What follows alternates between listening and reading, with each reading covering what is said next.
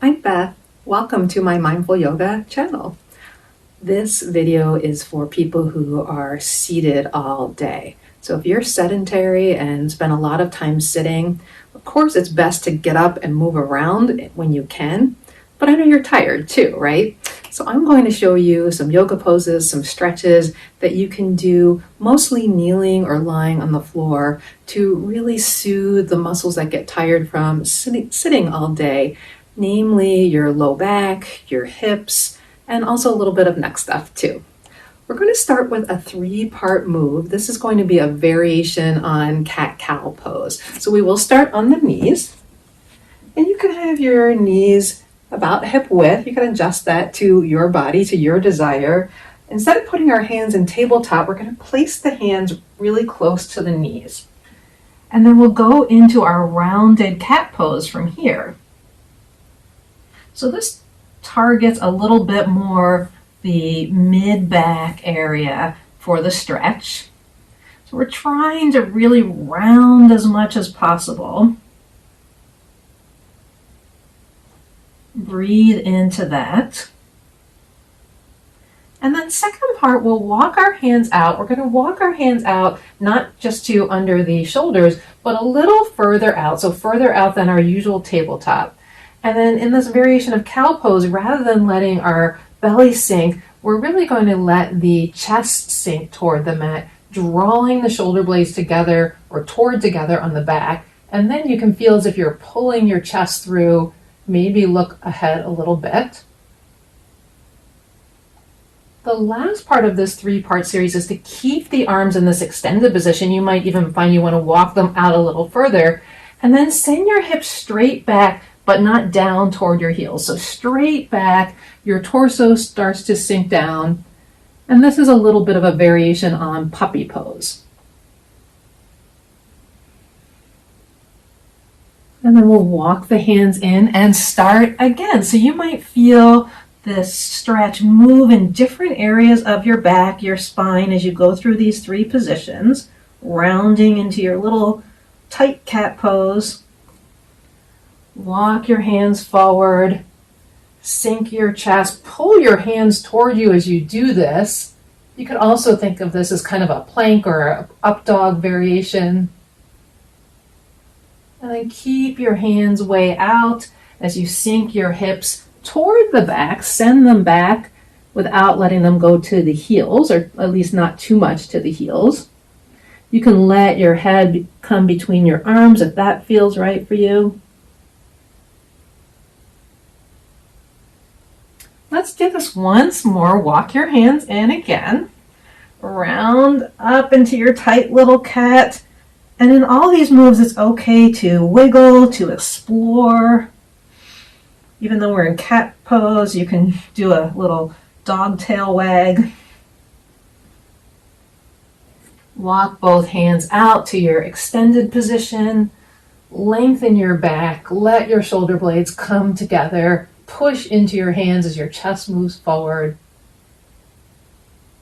And then last time we send our hips back, let our arms continue to stretch forward. You can even think of lifting your armpits away from the mat as your head comes to sink.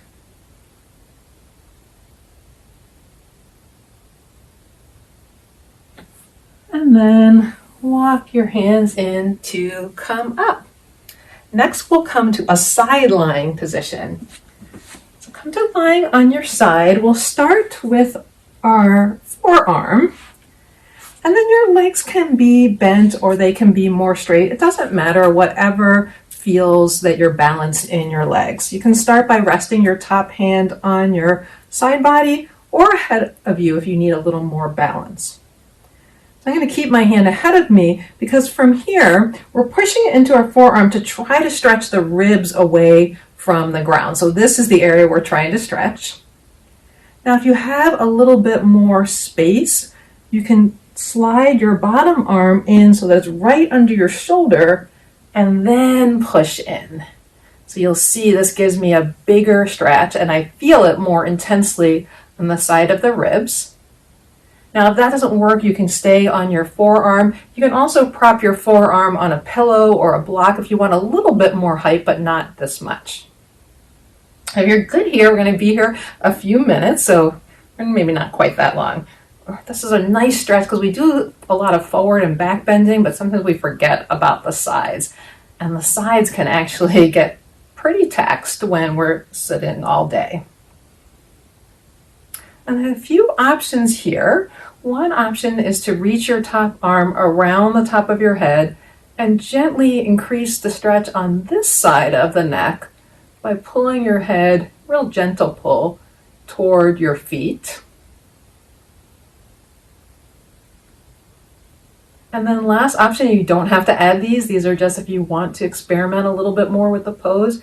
You can extend your top leg and maybe get a little lift there. I can feel the tightness here. So this side hip, this glute, yeah, that all gets super tight with sitting. All right, let's take one more breath and see I'm starting to sink a little bit. Push into that hand so you really get that stretch. And then let yourself come down. Now you can just flip around. I'm going to flip this way so I can still be facing you. Now remember, we set up on the side.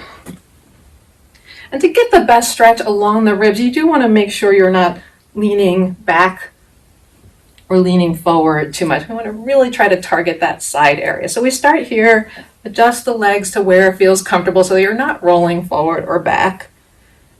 Place your top arm in front for a little bit of extra balance. And then either stay here and give a nice push into your forearm to help lift those bottom ribs away, or replace your hand where the elbow was. And it can be a little out from your shoulder. You'll have to find where that's comfortable for you. Wherever it is, you do want to push into the hand to get some lift on this side. Then we stay a little bit. Of course, when we stay into poses, want to let your breath be relaxed. Now, if you're familiar with different types of yogic breath, like ujjayi breathing, you can certainly do that in these poses. Yet, breathing in a relaxed, comfortable way can also do wonders for tired, stressed out muscles. All right, here's where we'll add those options if you choose. First option is to take your arm around with a gentle little bit of movement. Encourage some openness on the side of your neck.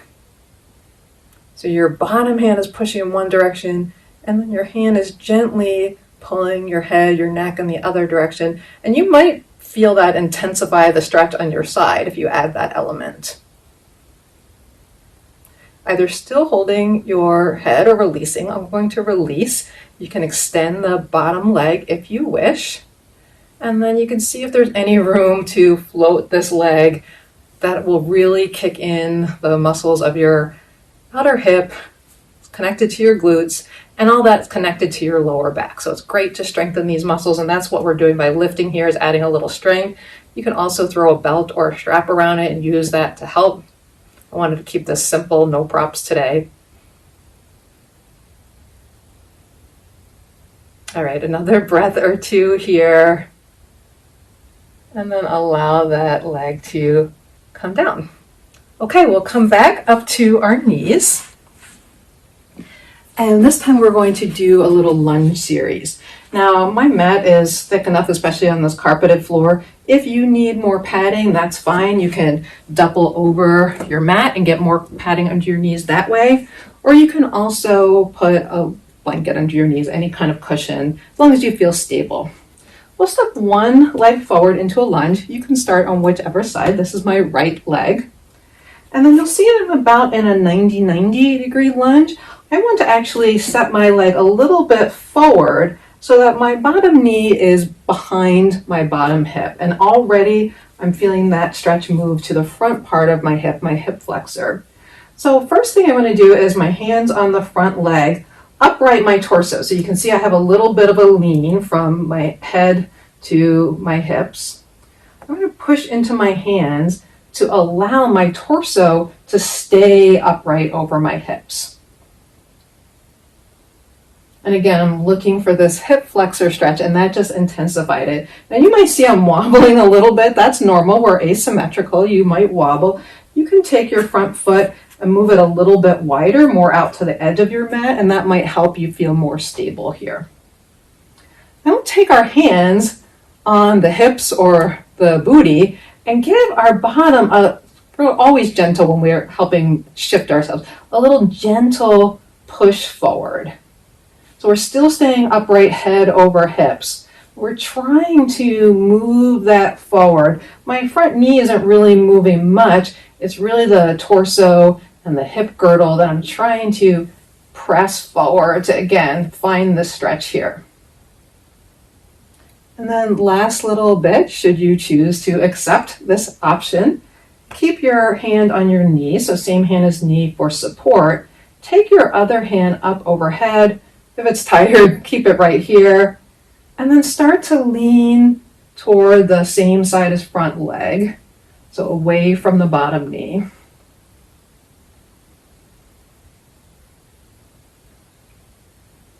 And as you do this, you might also choose to anchor the front arm on the front knee and open up a little bit in the direction of this space that your lunge has created. Like, wow, that feels pretty nice here. Of course, I truly believe that you have to find what's right for your body. There's no perfect pose unless it's perfect for you. So experiment, move around a little bit, find the shape that works for you today. One more breath, and you might want to breathe in through the nose and do a little bit of a sigh it out. All right, we'll come to upright. And once again, you can just switch legs. I'm going to turn around so that I still face you in our little lunge series. Okay, so opposite leg, this is my left. Opposite leg comes forward. Again, I'm about at a 90-90 here, so I want to shift my front leg. You can scooch it, or if it's easier, you can take the back knee and take that and move it back a little bit so that you can still at first lean forward and get this 90-ish angle in your front leg. And then remember, we use both hands on the top leg to start to crank in a gentle way. Crank our body back upright. And wow, I feel this not only in my hip flexors, but your hip flexors are connected to your quad muscles, so all down the front of my leg as well. And of course, since we have this flexed or bent all day when we're seated, this part gets overworked. And remember, if you're a little wobbly, take that front leg and simply scooch it out to the edge of the mat a little bit. Then we can take the hands behind and add a little bit of a self-adjustment, a little bit of a press of the hips in that direction. You probably will see hardly any movement that's perfectly correct. It's just the idea of continuing to dynamically let the hip girdle, the pelvis move forward. And then last little kneeling bit is, remember, putting your arm up. You can have it bent if you'd like, leaning away from your bottom leg or in the opposite direction toward the side. Once again, looking for some stretch in those side muscles that we did side lying as well.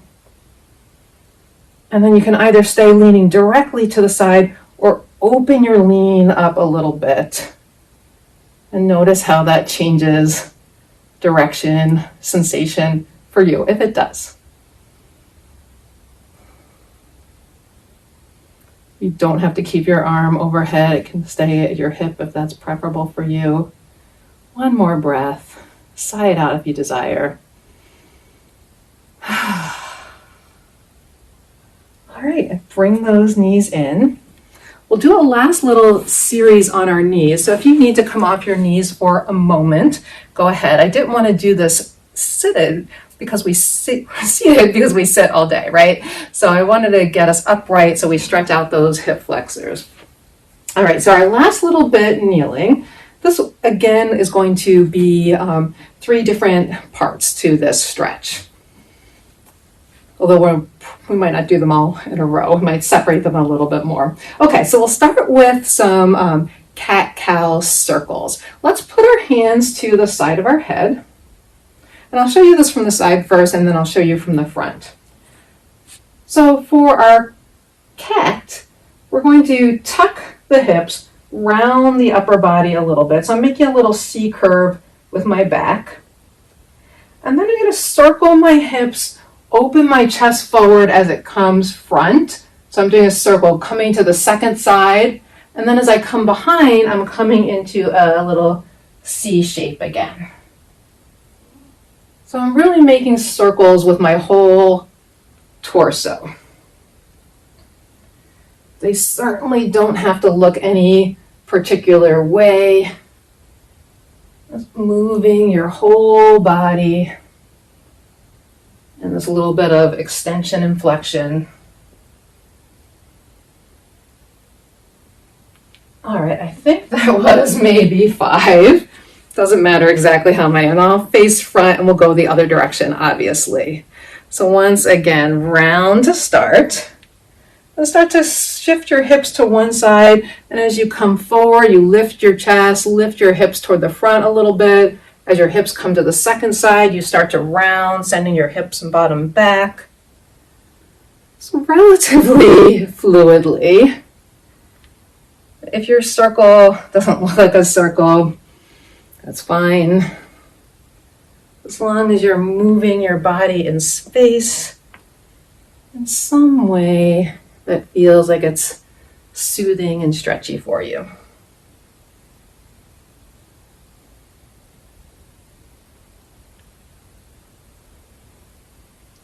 All right, one more. I might have done an extra on this side.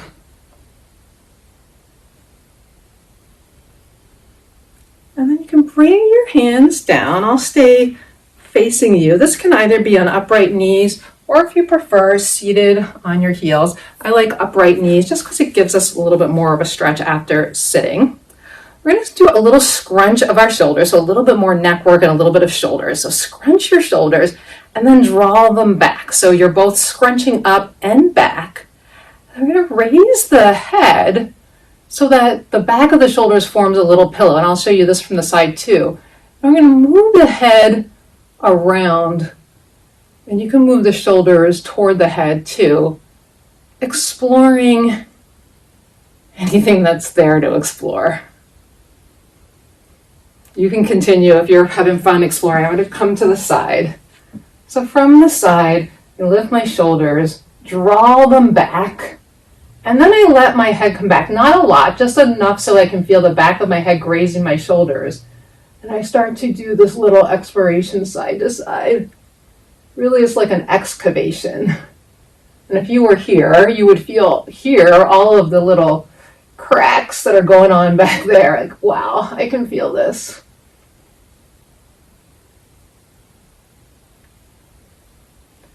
And then as you let that go, take a few rolls of your shoulders in any direction. I like to go back because we spend so much time hunched forward when we're sitting, but it might feel good for you to do a few back, a few forward. You can allow it to be big, get your arms into it, and maybe even try a little shimmy one at a time, go in both directions,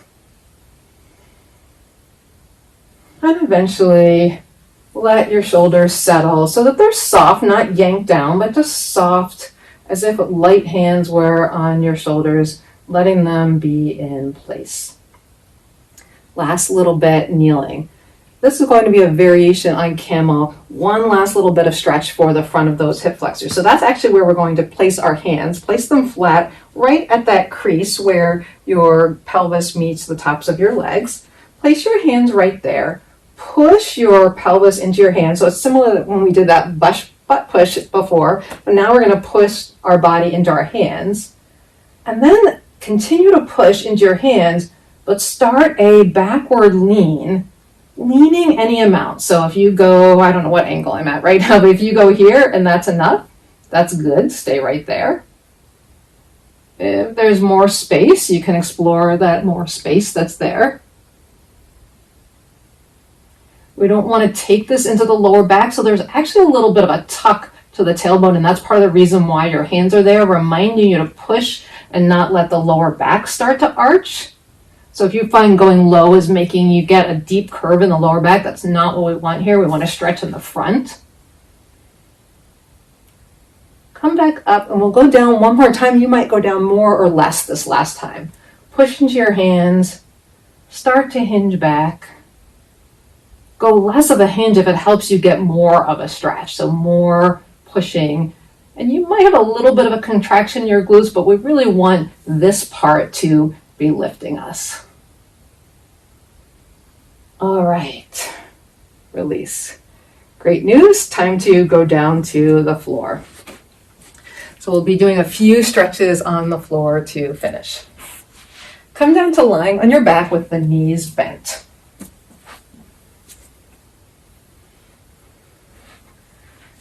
And then we'll take the right knee in toward the chest, grabbing wherever you can grab to try to get a little tight compression. That compression is going to be the front of your thigh, pressing against the front of your torso, your belly, wherever it presses. We're trying to really push that as long as it's tolerable, as long as it's comfortable and not painful.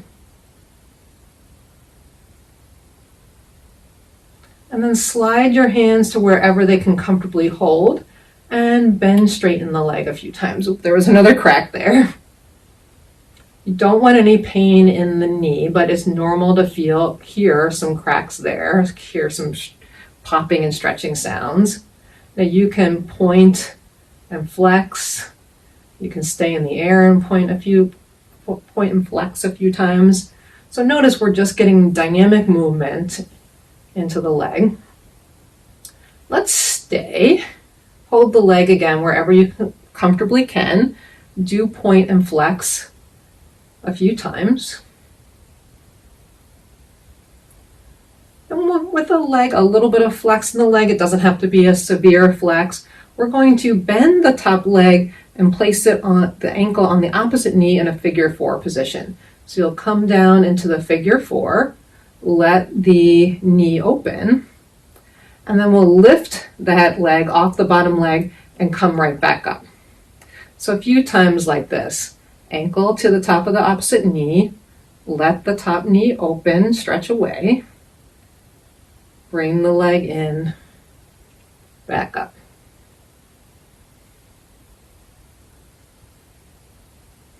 We're looking for movement all around the hip joint. And once again, the hips are connected to the low back, so a lot of times more freedom in the hips can help with low back pain. I think this is going to be the last one, last open. Reach up, come back to figure 4, stay in the open position, and we'll do a twist. I'm going to rock my knees away from you. So I'm going to push into my bottom foot, which is my left foot, and move my hips right. So you're moving your hips in the opposite direction of the bottom foot. This creates a little more space for me to start lowering my legs to the left. And you see I scooched my bottom foot to place it in a spot that was comfortable. Your bottom foot doesn't have to come all the way to the floor. It can be hanging out in space like that. If it's comfortable for you to move it all the way to the floor, it can go there. You might reach for your foot if that's comfortable. I can reach. It doesn't really help me at all. Maybe if I stretch, I could grab it. It's not necessary. It can feel really relaxing to have the arms out to the side in some manner with the palms up, maybe in cactus, maybe a little diamond overhead. Find the shape that feels most soothing to you. And that includes with the legs. So if keeping the legs in figure 4 is not working for your body, you can have them in more of a cross, or you can uncross them completely, have them in like a windshield wiper or a stack. So we're simply looking for some version of a twist to finish off this practice. You can keep the head gazing toward the ceiling, then your neck toward the center, or you can turn the neck opposite direction from the legs.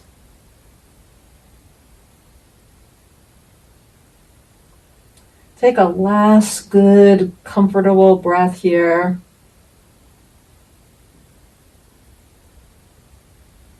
And start to bring your body back to center, your legs back to center, recenter yourself on your mat. And we'll finish with the second side. So left knee comes in, or whatever your second leg is. Gentle pull, and you might be holding under the thigh, on the side of your leg, wherever you can reach. And of course, if you want to add a scarf or a towel around your leg, if that helps with you, go right ahead. We're taking a little bit of pull here, so there will be some compression, and a little bit of discomfort is okay in compression. Not sharp pain, not anything stinging. So a little bit of doable, like, this isn't quite so comfortable, but I can hold it for another breath or two, which is what we're going to do. Let's hold for one more breath or two.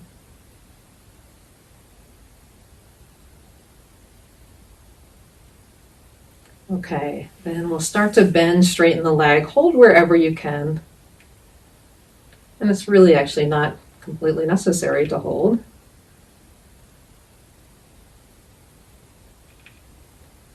You might hear, maybe you can actually hear the creaks on this knee. They're pretty loud.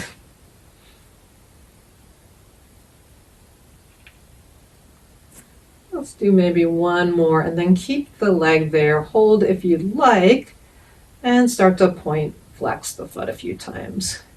As you flex, you might feel more of a stretch in the back of your leg, your hamstring. When you point, you might feel that stretch in your shins. So we're exploring where the stretch shows up in our body. And a little bit of a gentle flex, so not extreme one way or the other. We'll take the ankle down to the opposite knee, widen the leg, or widen the knee away, and then lift the entire leg back up overhead to where it was. A few times like that. Ankle comes down first. External rotation of the hip joint, internal rotation as we bring it back in, and then the leg comes up.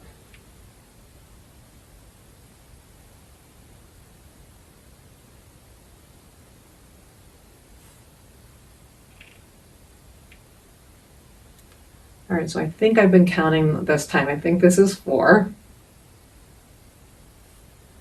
And we'll do one more.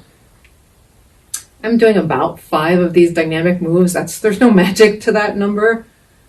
One of my teachers liked to do 6 because that kind of tricks the brain since we're so used to counting to 5. It's up to you how many repetitions you want to do. And the last time we stay here, we encourage this external rotation. And now we're going to be twisting in the other direction. I'll be twisting away from you. So in order to make room, I'm going to scooch my hips a little toward you to the edge of the mat. This is my left edge of the mat. And then it makes that easier for me to drop my feet down, my whole legs in this figure 4. You can adjust the bottom leg and the top leg to find comfort here. And remember, you do not need to keep legs in figure 4. Change them to cross or stacked, just so that you can have a comfortable twist. Arms are wherever you'd like the arms. I like cactus. Diamond is fun to play with sometimes too. We can go back to feeling the breath in the body. There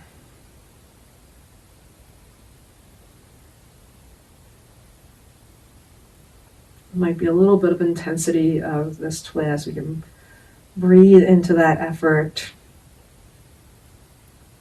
And once again, you have the option to turn your head the opposite direction of your knees, as long as that feels okay on your neck. So we really want to position our head in yoga in the place that feels best for our neck.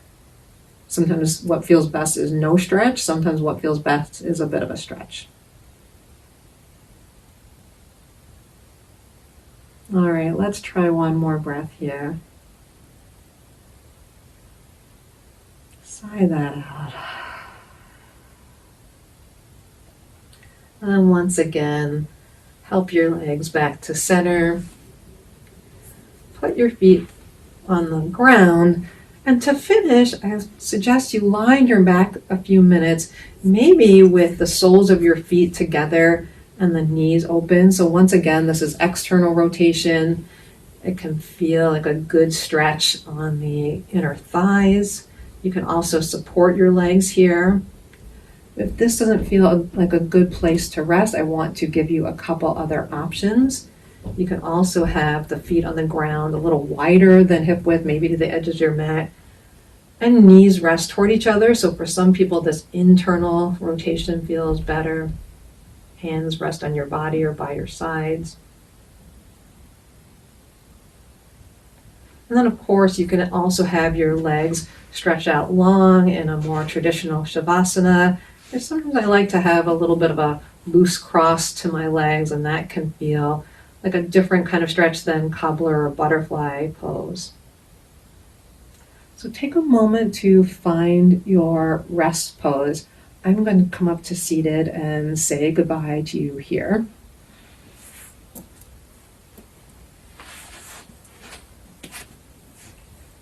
Now, I hope that this was a useful way for you to get some stretch, some soothing, some rest too after you've been sitting all day. If you prefer a standing practice, one that you can do in your office or anytime, I have a whole playlist of those. So check out my office yoga playlist. If you want to do some longer hold stretches, also check out my yin yoga playlist. Thank you for joining me today. Please leave questions below in the comments, see more information in the description, and subscribe if you like what I'm doing here. Thanks again and have a good day.